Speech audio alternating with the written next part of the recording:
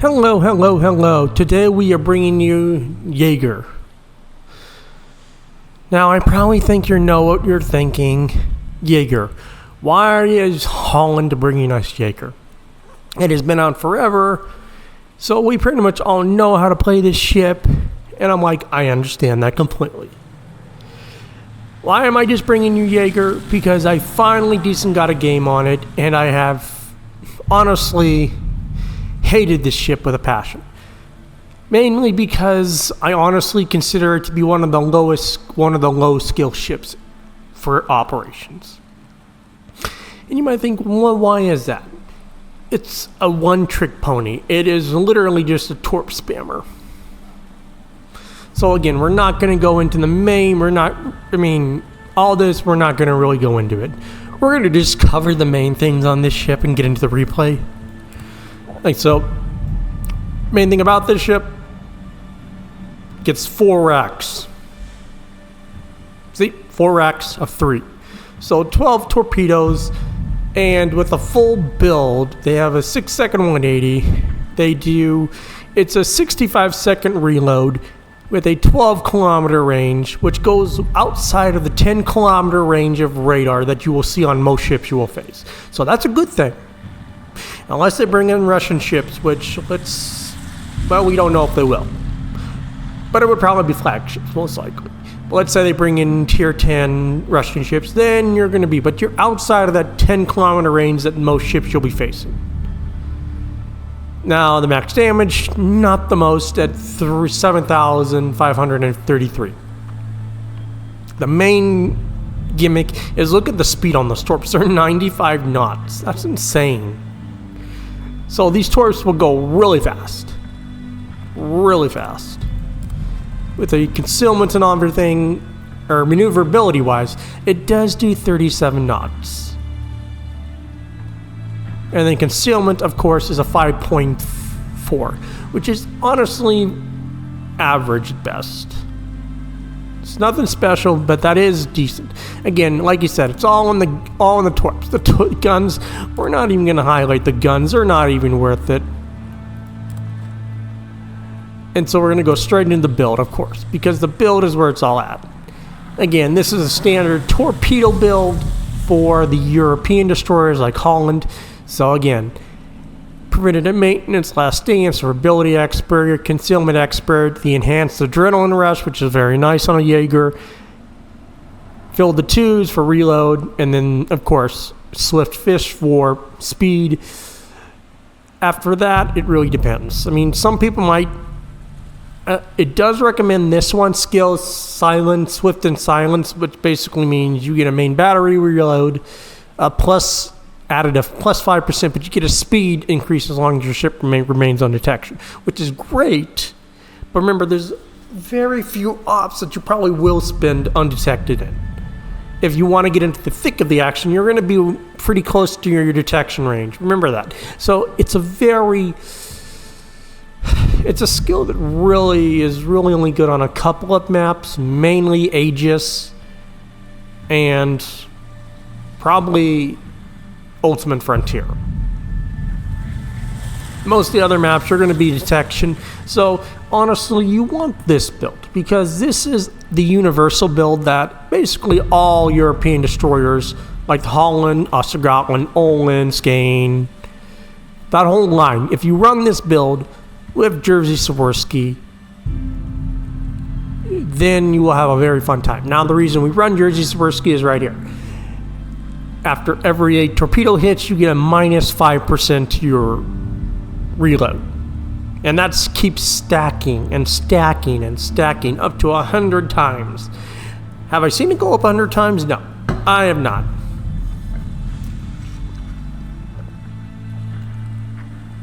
Then let's manage to say you do shoot down 10 planes or 20 planes. You're going to get a plus 10% to continuous AA. But look at the AA, it's only at 16. Yeah, you're not going to be doing it. Again, really the only reason is because of this.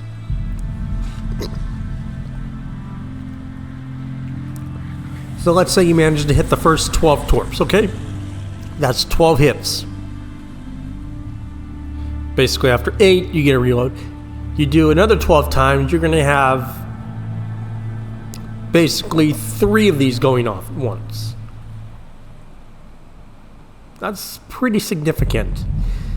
Like, the number of torp tubes plus the skill going off, it really adds up. But let's get into the replay, because the replay is going to show you this ship in its standard classic form. And honestly, it's a fun ship. It is a very fun ship, but it is very low skill. And low skill ships are great if you just want to have a fun time. You don't want to have to worry about playing something high skill.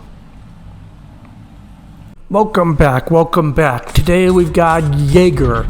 And we are teamed up with Devil Dog and the Jager. So we went double Jagers, and we were like, okay, this is just the CV or the DD's home turf. Triple Jager, Kitakaze, Hipper, Seattle, and a Linen.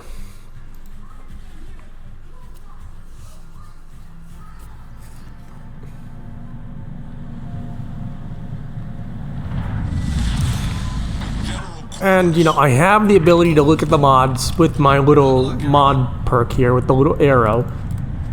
And it allows me to, like, see everyone's build. So I'm like, okay, that other Jager has Seversky on it. Let's wait and see. So I'm like, telling telling Devil, let's go straight, kind of see if he goes, and then we'll turn. Then we notice he's just going to go straight, so we activate our engine boost, and we're just going to head up to the northern ships. Now, Jager is a ship that I've really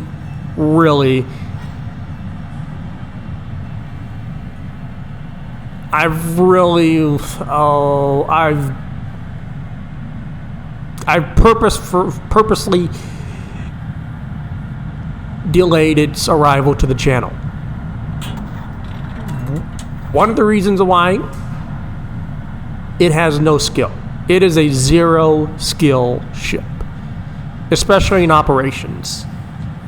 Randoms, it has more. You need more skill, but since it only has like 3 guns, it's not as potent in randoms anymore. Operations, you see them like literally almost every match. They are essentially a 0 skill ship. It is a 0 skill ship. Like, I was just in a match today playing on Ultimate Frontier with Jager. I got like 4th, and I made over 400,000 credits. For only like less than 200,000, and doing the whole DD thing. Yeah, there's no skill to this ship at all. Now, Devil doesn't have Seversky on there, so he's launching farther out than he really should. I'm waiting, since I'm a 5.4 detection, I'm waiting till I can get practically much closer. I will say that first torpedo angle is one of the worst angles. The rest of them, not so bad. Our Hipper does go down, although you could honestly tell that was going to be expected.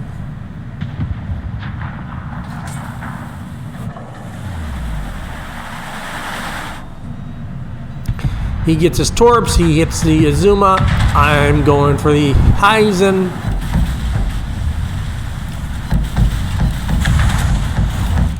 All 12 torpedoes, and Seversky's skill goes off, so we go, basically we're down 30 seconds, so we're down to a 62-second reload, but we're going to let that tick up a few times, and then we're going to check it. So okay, we're at a 62-second reload. We're going to check it after a few more, after this whole wave.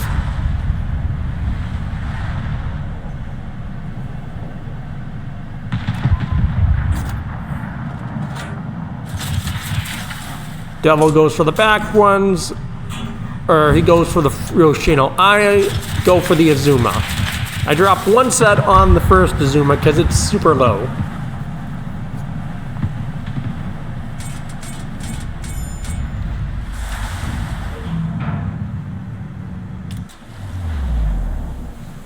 Yeah, and these torps, 95 knots, it's a little ridiculous in terms of the speed. And when you get a Jager going like this, it's very difficult to stop. There goes Seversky again with another 12 torp hits. Like,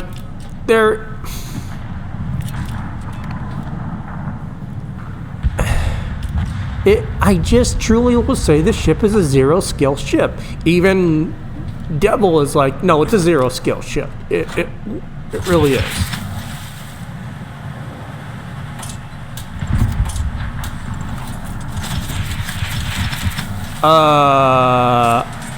You know, I just literally realized I was locked onto the wrong target.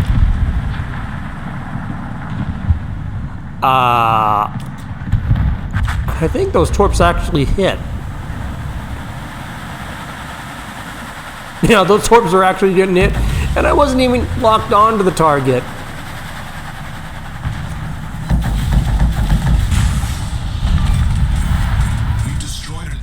I think I wasn't. But we're up. We've literally activated Seversky skill 4 times. We go from a 62-second reload to a 53-second reload. Okay, that Yoshino is a 13 kilometers. My torps are 12 kilometers. I know he's going to drive straight into him. So I drop him on a spread, and go in.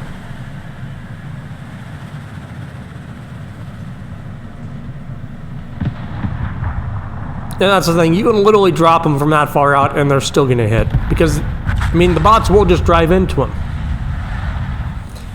And that's why I will honestly say that Flagship Ops was significantly better. Because it honestly was anti-Jager territory. Because if you had a Satsuma, it would spawn the motorboats, and the motorboats would detect the Jager.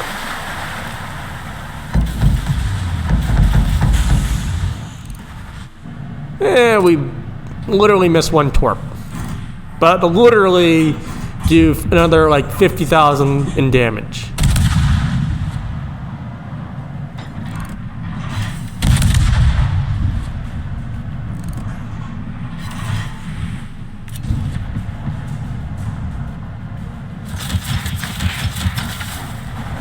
Now you would think at this point blank range, all those torps would hit.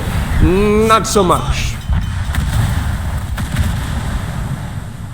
Problem solved, sir.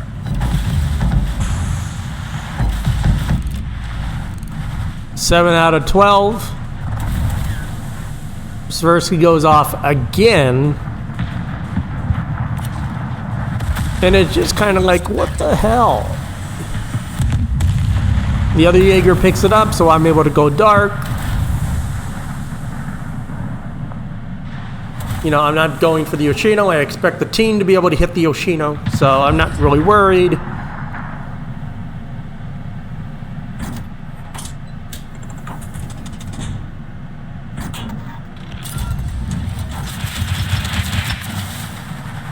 Drop my torps and turn back out. Devil is going for the Amatos, and I'm going to let him have the Amatos, and I'm going to go for the GK.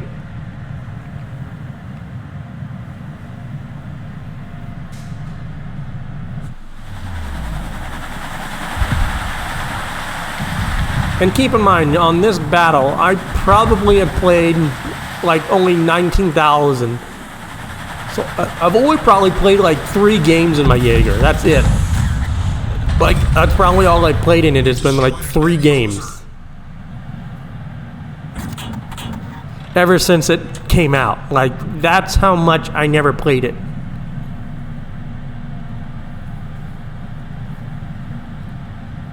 But it is the ships that... But these ships also have a good thing as far as a bad thing to them. Because there are days that you don't want a ship that takes skill. Like, I'll be honest. Jager, Schlieffen, Libertad, if you don't really want skill and you just want to play, those are the ships to really do it, because the ships do half the work for you. Attention. Clarifying the order. Cover the retreat of our transport ships. Now the other Jaeger is going up to help him. He is detected. Engine boost deactivated.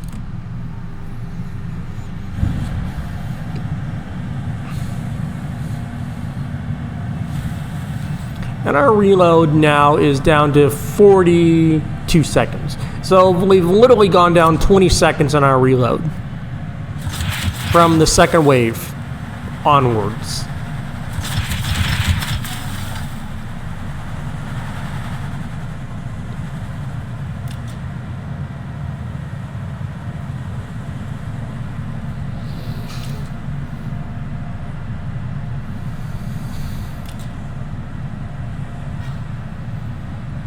Now, I'll be honest, I'm not going to get the kill on the Curvers, but we will do the majority of the damage to it. And the reason I kind of spread those torps out is because, you know, the Curvers maneuvers.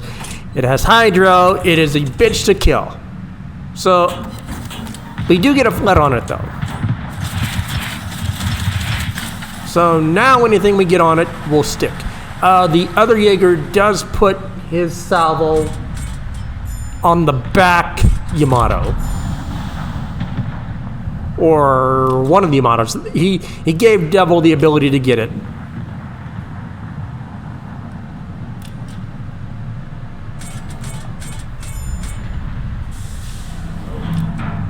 And he has floods on that Yami, so it will die to his floods.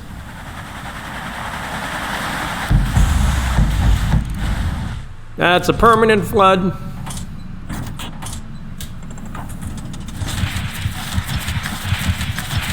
And I dropped one behind, one in front. So either way, that Curvers was taking something. Now he does have a permanent flood, and he is flooding. So I'm trying to take that into account due to his reduced speed.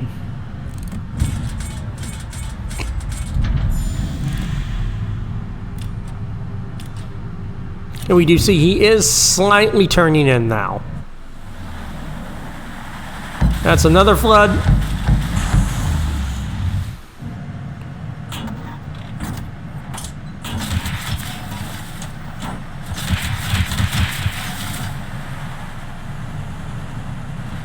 You can see how hard that Curvers actually is to hit. Because, you know, she slows down, she goes up, she goes down. It turns in, unlike the Yamatos, it would just literally just go straight. The Yamatos just go straight. The Curvers is actually the harder target to hit. And that will hit his bow, and that causes a flood.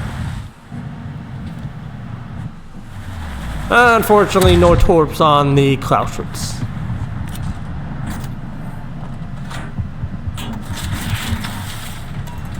I only drop one on it because it's like, if my torps will hit, they'll hit. Unfortunately, the Kidda is shooting the battleship. And that flood would have killed it too, had he just left it alone too. Engine boost activated. Problem solved, sir.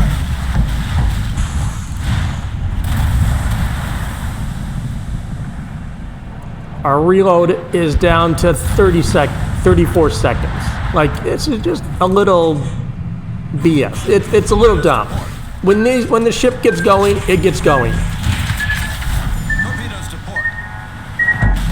I do take a torp, missed the second torp though, and managed to live.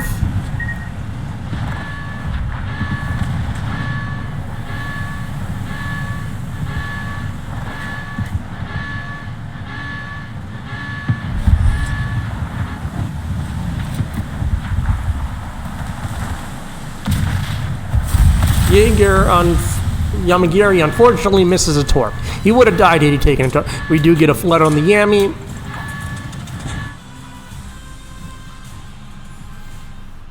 So we end up with 466k, 84 torp hits, 3 kills, ray, well, enough rays to get multiple rays. 3,000 in free XP. And Devil is second. Kitakaze, then Seattle. Other Jaeger. It would have been cool if the other Jaeger had been fourth. So it would have been literally just DDs at the top. But I mean, that's Jaeger. You could tell it.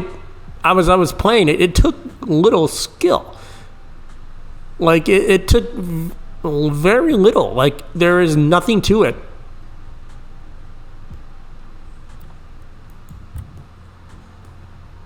Still make a nice 600k profit.